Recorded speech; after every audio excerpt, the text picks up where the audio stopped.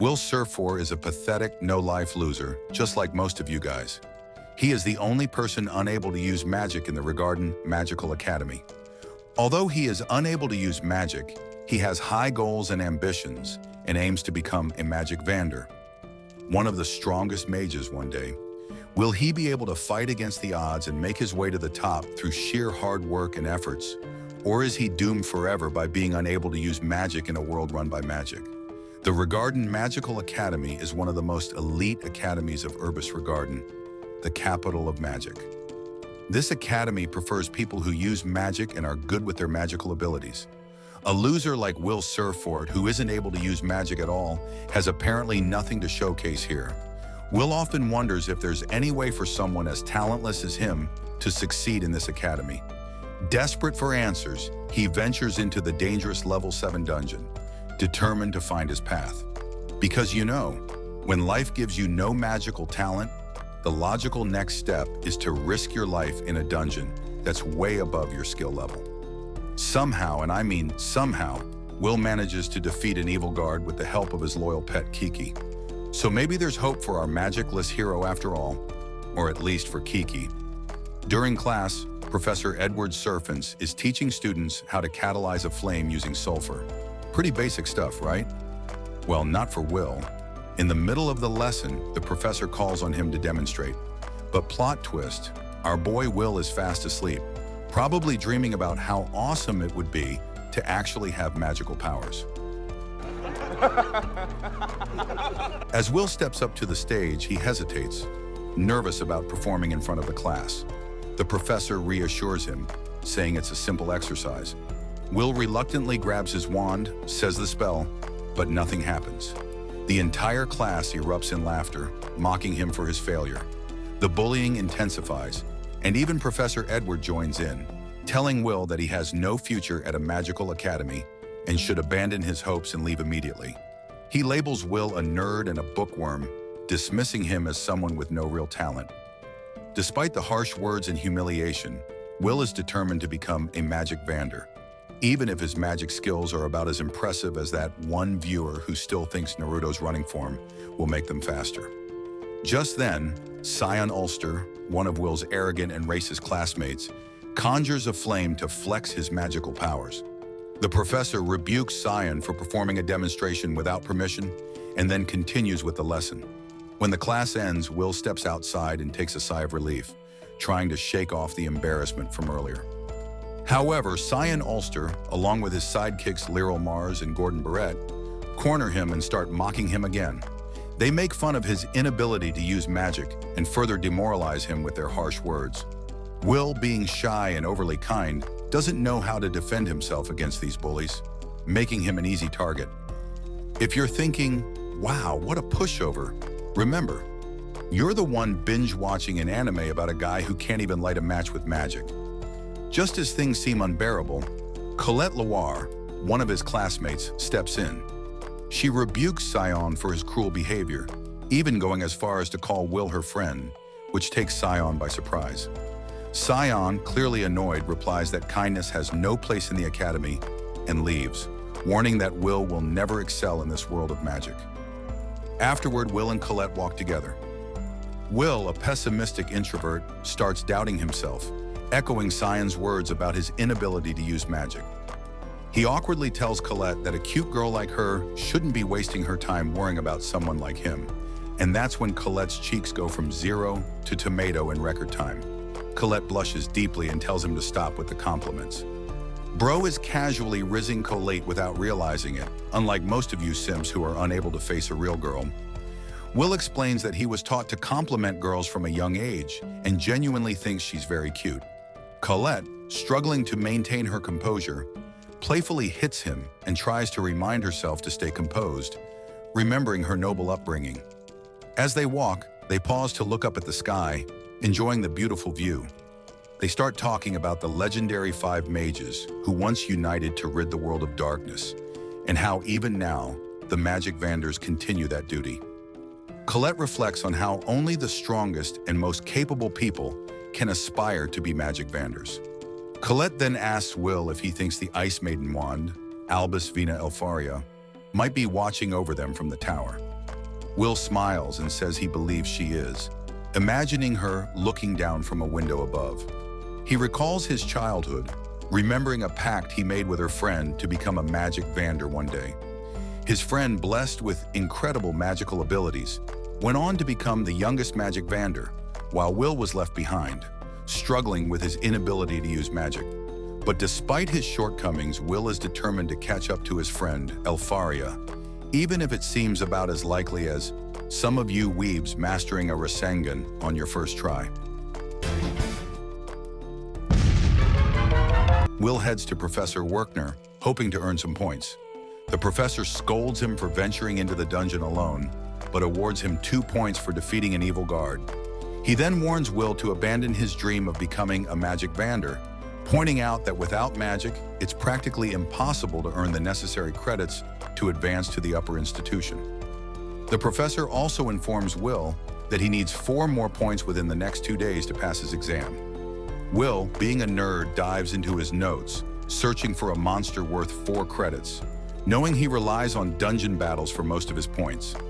Professor Werkner suggests that he hunt a Baskerville on the 6th floor of the dungeon, which is worth exactly 4 points.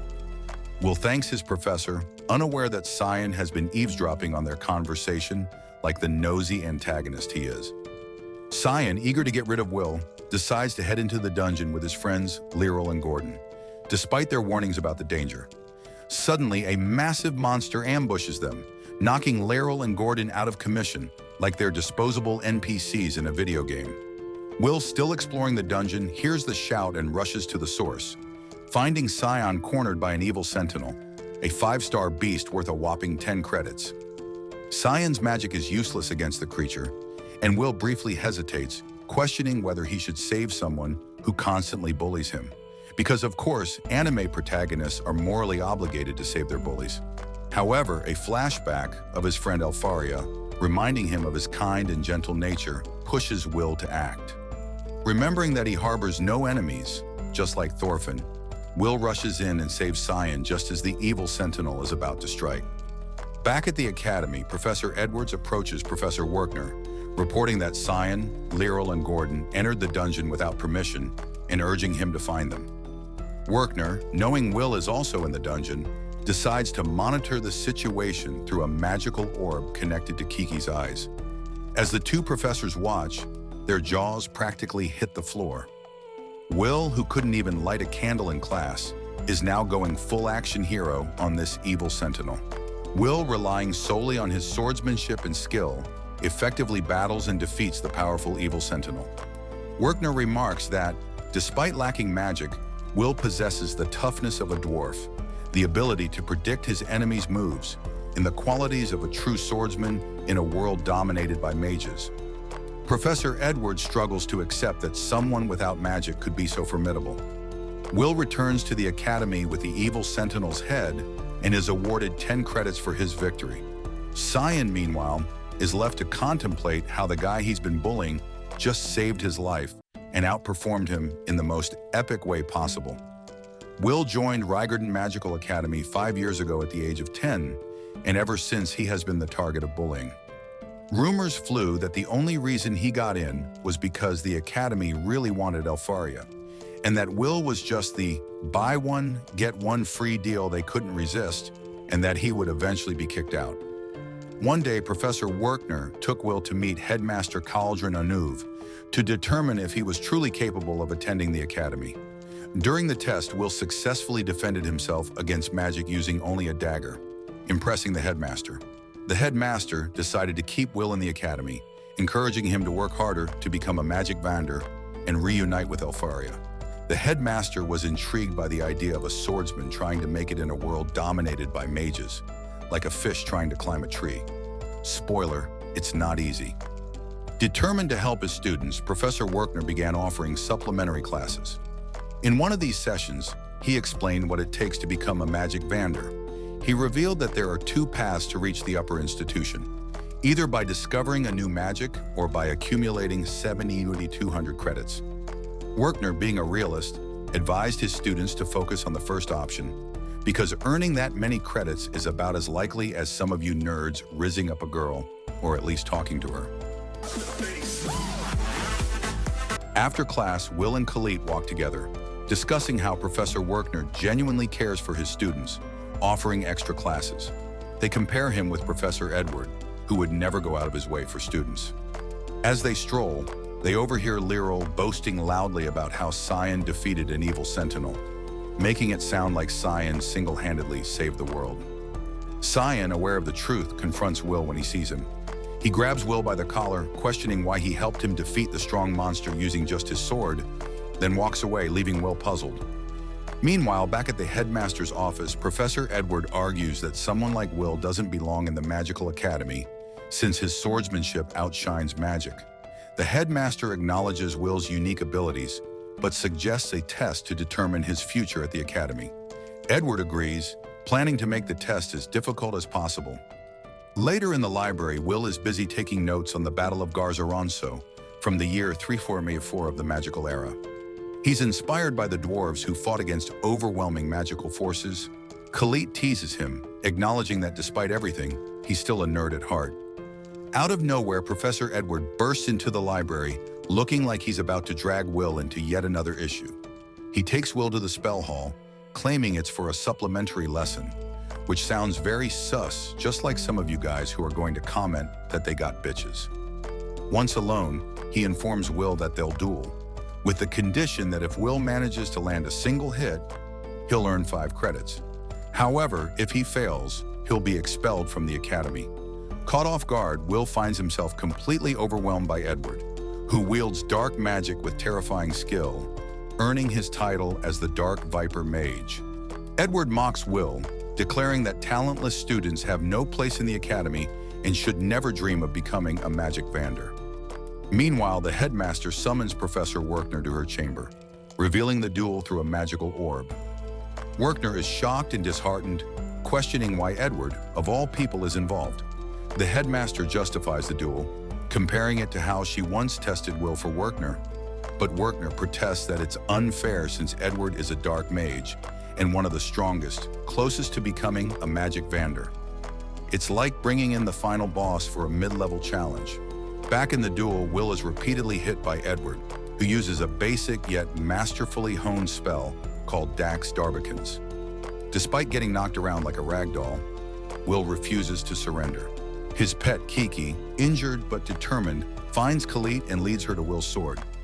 Will, wishing for his sword to fight back, is struck down again by Edward, who is infuriated by Will's determination to meet Elfaria.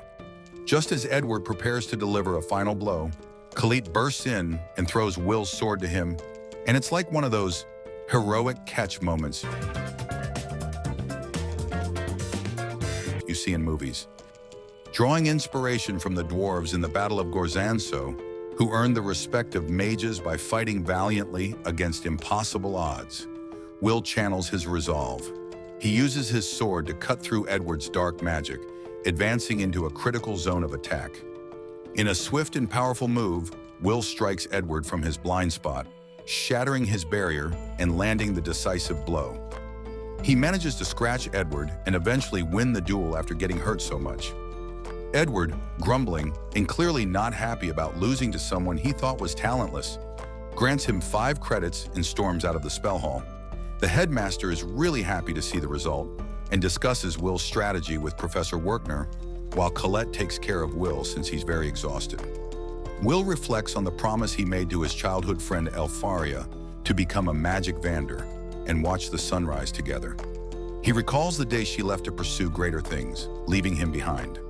Overwhelmed with emotion, he had cried as he watched her go, but he promised to his Professor Werkner that he would never let himself show such vulnerability again.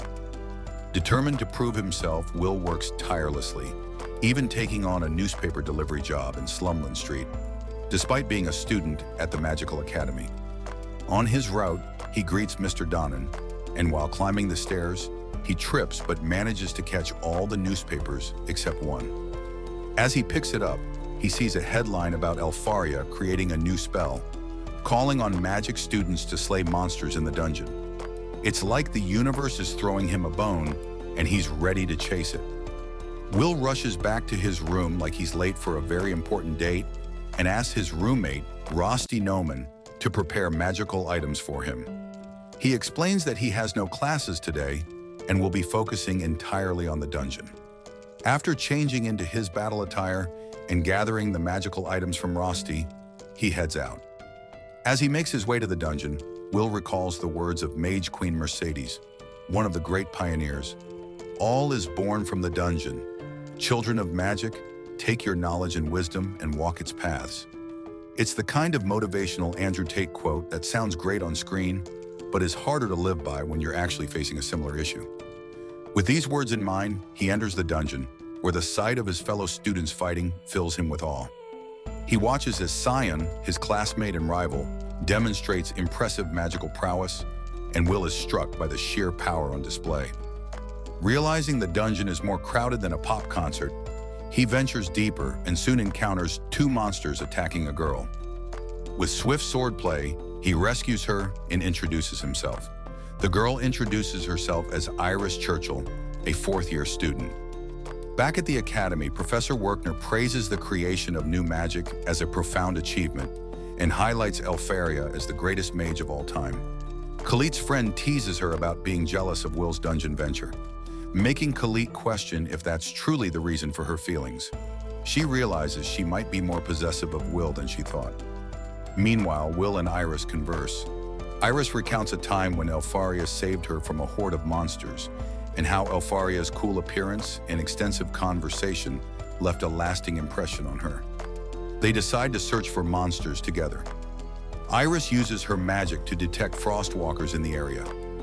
As they walk, Iris notices Will examining something on the ground. He explains that these are signs of a powerful frostwalker nearby, and emphasizes that knowledge and wisdom are just as vital as magic. Because if you can't out-magic the monsters, at least you can outthink them. As they approach the direction of the Frostwalker, they find themselves face to face with a formidable foe, the Frost Rex, the Frostwalker's heavyweight champion. Will quickly puts Iris in a safe spot and prepares to confront the monster. Iris warns him that close combat with such a creature is fatal, especially for swordsmen like dwarves. However, Will is determined and assures her he knows how to handle it. He enters the cave ready to battle the Frost Rex with his extensive experience in fighting monsters. Will battles the Frost Rex with remarkable efficiency. His swift movements leave the beast unable to track him, causing it to strike wildly. Iris, finding safety, watches in awe as Will skillfully surrounds the Frost Rex with chains and utilizes a magical item provided by his roommate. Knowing the creature is vulnerable to fire and explosions, Will employs both, swiftly defeating the Frost Rex. Impressed, Iris watches from a distance and then departs to change her appearance.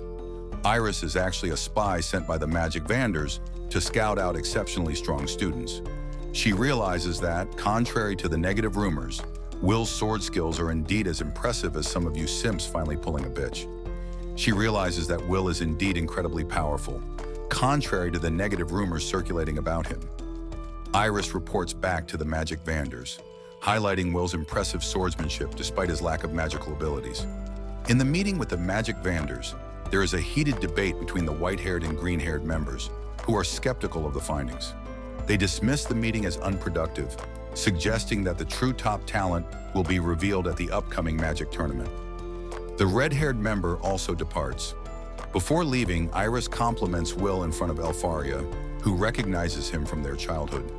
To enter the Upper Institute and become a Magic Vander, students need to rack up 7,200 out of 12,000 total credits, a task that sounds about as achievable as convincing Will to date Colette.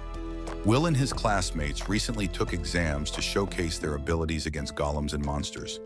During the exam, Will's attempt to fight a golem is marred by distractions, and he loses the fight, leading his peers to mock him as a failure. Meanwhile, three of the strongest students, Lihanna Owens-Us, Wignall Lindor, and Julius Reinberg, easily defeat the golems and pass the exams. Each of them already holds over 10,000 credits, making them near guaranteed candidates for the Upper Institute. Julius, having recently acquired a new magic trick, tries to show off but ends up being humiliated by Lihanna and Wignall. Will, with only 5,700 credits, is looked down upon by his peers and feels disheartened. At lunch, Will and Colette discuss the upcoming Grand Magic Festival. Colette encourages Will, explaining that it's a prime opportunity to get scouted by the high-ranking mages who attend the event every 2 years. She mentions that elves are particularly interested in students who rank highly in magic crafts, and that the Grand Magic Festival is his chance to go from zero to hero, a magical spotlight where even the most overlooked student could snag their moment of glory. Will remembers the intense competition during the Grand Magic Festival, where high mages come down from the tower as scouts. Colette then drops some serious knowledge bombs, saying that the 4 main factions represented at the festival: the Lighting Lord's Wand, led by Thorzeus Fash; the Sacred Elves Wand, led by Eliaf Kanan; the Flame Emperor Wand, led by Insidia Barum; and the Ice Maiden Wand, led by Albus Vina. She also mentions the Light Sovereign Wand, led by Mysterious Noah. Getting chosen by any of these big guys is basically like winning the magical lottery. She explains that being chosen by any of these factions could easily lead to ascending the tower. Will realizes he needs to make a significant impression to stand out in front of the high mages at the Grand Magic Festival. To do this, he decides to stay under the radar and prepare thoroughly for the next festival instead. He reflects on his first Grand Magic Festival experience, where he was relentlessly bullied for being different. Colette also recalls the 50th Grand Magic Festival, which she remembers as one of the worst in history. Later, as they head to the locker room, Colette senses something unusual about one of the lockers. Using Kiki to dispel the concealment magic, they uncover an underground entrance. They descend and discover a hidden gambling den where students are betting on the outcomes of the upcoming tournament. Colette is infuriated by the sight of students exploiting the Academy's facilities in this way. She finds Scion there too, observing if people are betting on him. In a magical potion class, Colette encourages Will to join her for a dungeon excursion. However, Will declines her invitation, explaining that he has a shift at Miss Gina's tavern that night. Colette is visibly upset and frustrated, feeling a strong desire to spend time with Will since she's down bad for him. It's clear she's got a major crush on Will. At the tavern, Will works hard as a server.